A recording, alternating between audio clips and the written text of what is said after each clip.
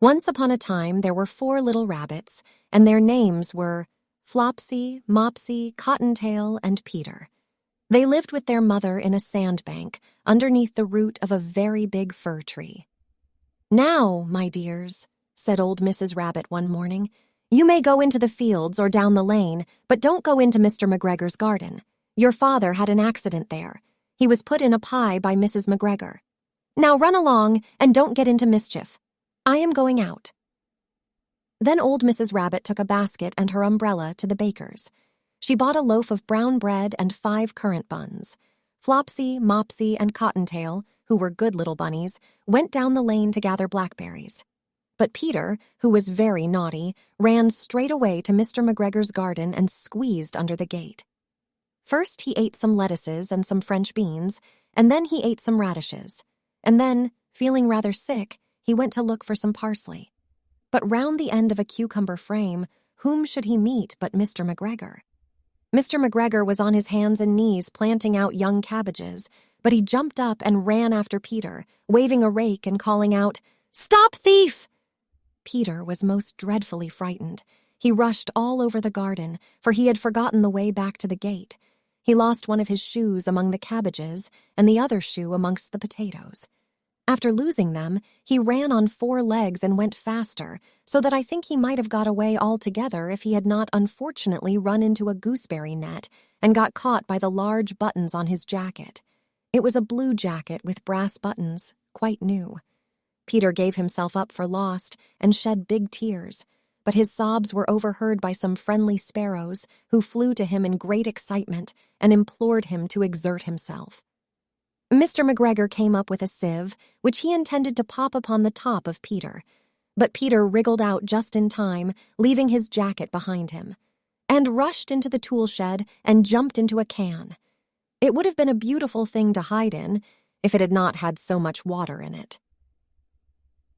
Mr. McGregor was quite sure that Peter was somewhere in the tool shed, perhaps hidden underneath a flower pot. He began to turn them over carefully, looking under each. Presently, Peter sneezed. "Curdy-scoo!" Mr. McGregor was after him in no time, and tried to put his foot upon Peter, who jumped out of a window, upsetting 3 plants.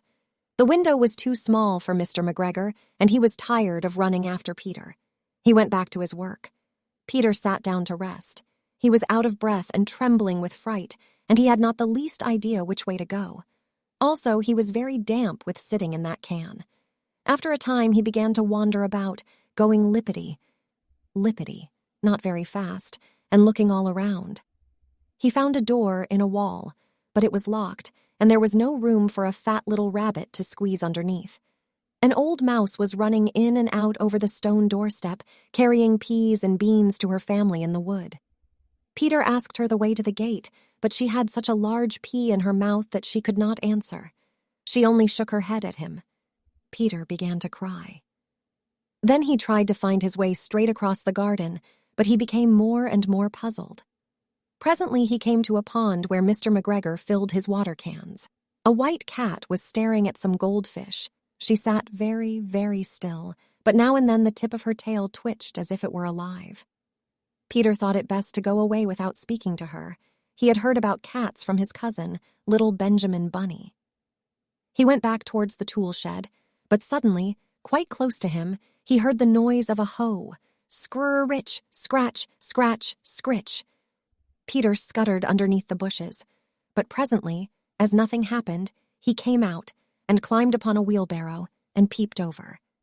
The first thing he saw was Mr. McGregor hoeing onions. His back was turned towards Peter, and beyond him was the gate. Peter got down very quietly off the wheelbarrow and started running as fast as he could go, along a straight walk behind some black currant bushes. Mr. McGregor caught sight of him at the corner, but Peter did not care. He slipped underneath the gate and was safe at last in the wood outside the garden. Mr. McGregor hung up the little jacket and the shoes for a scarecrow to frighten the blackbirds.